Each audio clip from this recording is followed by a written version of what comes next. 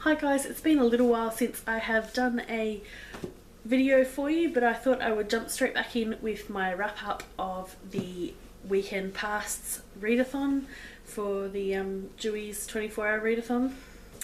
I managed to finish off 3 books that I had already started, and there are 2 more books that I did start but haven't actually finished. Me being the highly efficient person that I was, ended up being a day early with a time difference for the readathon.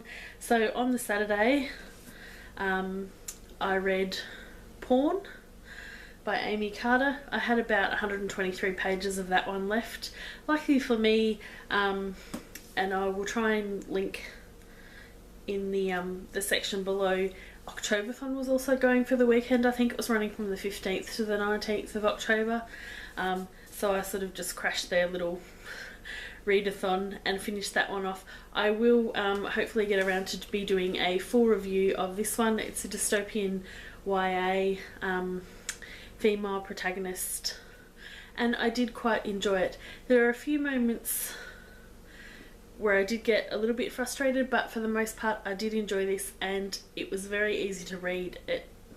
I flew through it basically. Next up was The Collector by John Fowles, and this one I'd actually started reading in, I think it was the end of August. I picked it up on my way out of Melbourne airport at the start of August on my holiday, and I'd just gotten back from holidays, and I sort of just lost my reading mojo, so I'd gotten about halfway through that one, and I really enjoyed this book. I wasn't expecting it to be like this at all. Basically I picked it up because I just thought that the cover was beautiful, but really the subject matter isn't very nice. It tells the story of Miranda, who's been kidnapped by a man called Frederick. He collects butterflies, hence the pinned butterfly on the cover. And yes, so he kidnaps her and keeps her in his basement. But it was just such an amazing read. It was chilling, it was creepy. I'll also be doing a full review of this one as well. And I'm still kind of trying to come to terms with the fact that I found the first half of this book was I enjoyed more than the second half, and that the first part was actually from Frederick's point of view, who is the kidnapper. But yes, I do recommend this if you haven't read it before. I just thoroughly enjoyed it. This is also the same author who's done The French Lieutenant's Woman, which I haven't read, which I do believe is on perhaps the 1001 to read before you die list, so I will be getting around to that one as well. Lastly, I had the novella by Lauren Myracle, which I think is the Patron Saint of Pigs. I started this, I'm pretty sure, I don't know if it was the Christmas readathon or it was the Dewey's readathon in April, so this has been hanging around for a very long time. And I did enjoy this book. I'll talk about it more in my wrap up. I probably won't be doing a full review of this simply because it's been that long since I've read the first 2 novellas in this bind up that I sort of don't feel that I could probably do the review justice just from memory, but I think I would actually like to read it all at once, because I don't know how many times I've read the first chapter of Patron Saint of Pigs. I'd sort of read it and then I just put it down. But that being said, when I could actually sit down and read it over the readathon, I did quite enjoy it. It wasn't my favourite novella of all 3 of them, but I did think the whole pig story was pretty cute. Next up was The Last Werewolf, and I did actually listen to the audio of this. I listened to the first 10 chapters. It's by Glen, Duncan. This is, as you could tell by the title, a werewolf story. Jacob is the very last werewolf in existence. The book opens with I think, is it Bulgarian? I can't remember. Basically, it's the penultimate werewolf is murdered at the start of this book. Jake's like, I think, 204 years old, and he's very depressed and doesn't really want to be living anymore. So it's quite an interesting take on the whole werewolf genre. I think vampires are going to make an appearance. The third book in this series has just come out, or is just about to come out. So far I am enjoying it. No doubt I will be doing a review on this once I have finished it. I also read the first 106 pages of Ape House by Sara Gruen. This is for my Just a Little Book Club. It's our last book that we're reading for the year, so I was like, I must read it.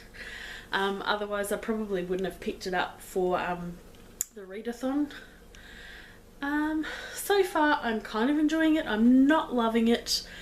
I find the I guess the interaction between Isabel, who is our main character,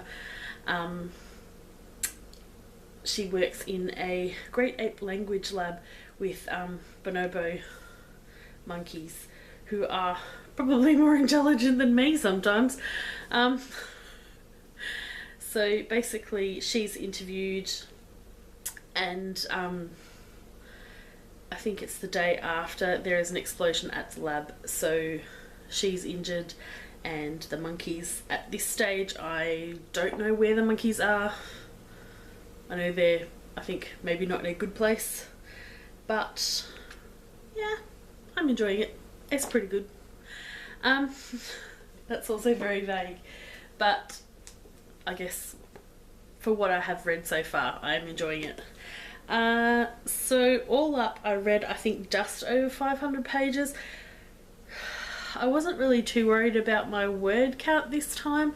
I was just happy to finish some books that had been hanging around forever. Sometimes I swear I have ADHD. I need to, like, I'll go, you know, I'll be reading something and then I'll read a blurb, or I'll see something on BookTube or on Twitter and I'm like, ooh, shiny, I must have that. And so I'll start reading that one. I still think, I'm pretty sure on my Goodreads I think I'm still reading about 16 books all at the same time. Varying degrees of the amount that I have read, and some of them I don't think I've picked up for quite some time. So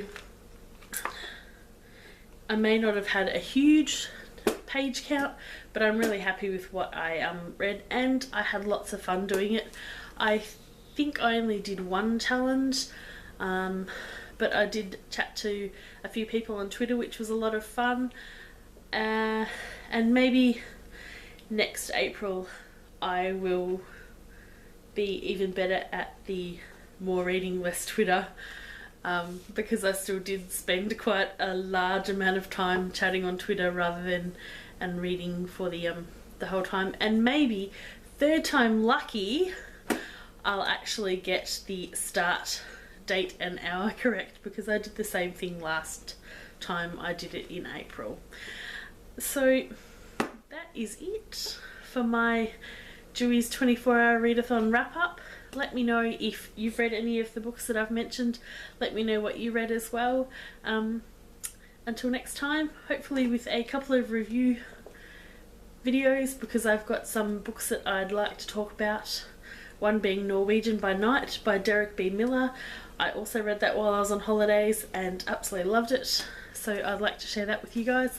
So until next time, happy reading. Bye.